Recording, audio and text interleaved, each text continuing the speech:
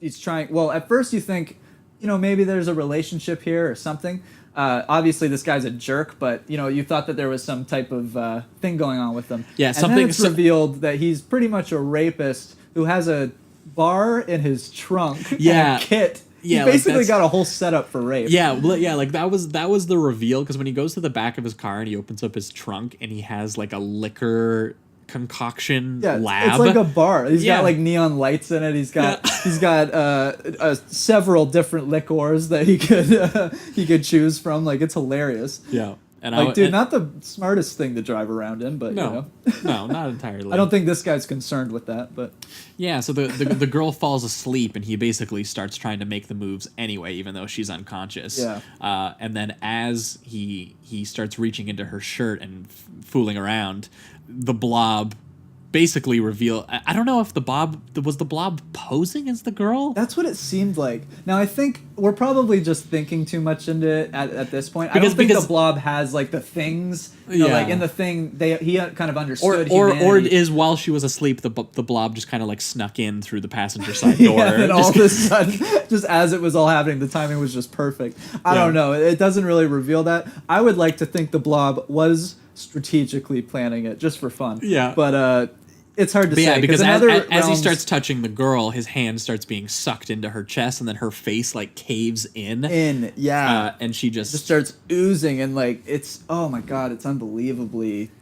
grotesque. Yeah, the very like kind of like pussy gooey effects here distinguish it from some of the other body horror we've talked about, which Definitely. is a lot of it is very it's very fleshy and gross.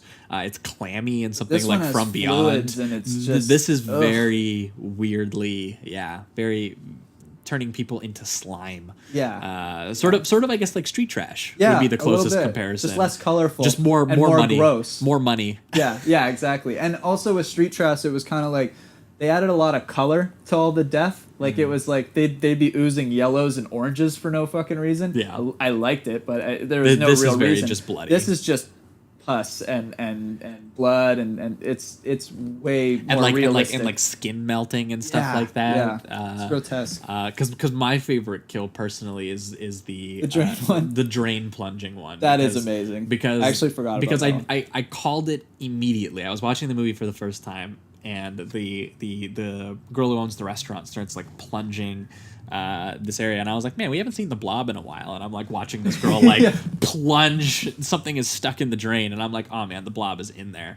The blob is definitely in there. Yeah, and I literally, especially when he starts reaching, I literally yelled at my TV. I was like, you can't plunge the blob. I was like, even I know the rules already. Like, you can't, this is not going to happen. But when she leaves there's one clog you're not getting rid of. Buddy. Yeah, when she leaves the dishwasher and they're alone to start doing it, and the blob grabs the guy's head, pulls him headfirst into the drain, and the way that how long it holds this shot while his head is being crushed as to fit into the drain is horrifying. And then he's sticking out, like it's only his head in the drain and his feet are in there and everything. Yeah.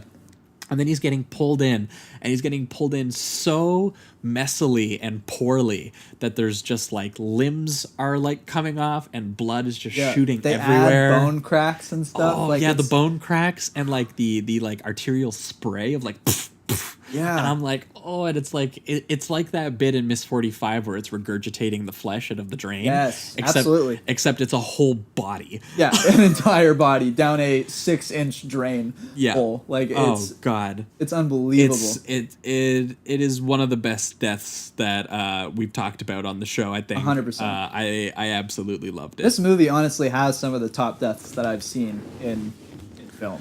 Yeah, and what's so awesome is that when it's not doing this, it's kind of just like a late night teen comedy. It's like a weird like sex Porky's comedy or something. Yeah, it's like Porky's, but everybody's getting just totally destroyed. Yeah, because all the kids just kind of like wanna hook up, and all the parents are terrified that their kids are like having sex and that like great pharmacy scene. Oh yeah, and then he just ribbed. I laughed my ass off. That was such a well-timed joke. Oh, and here's the thing too, is most of the late night comedies that I rewatch, I'm just like, now I'm just kind of like, okay, like some of them are really funny at times. A lot of them have a lot of lulls and stuff. Yeah.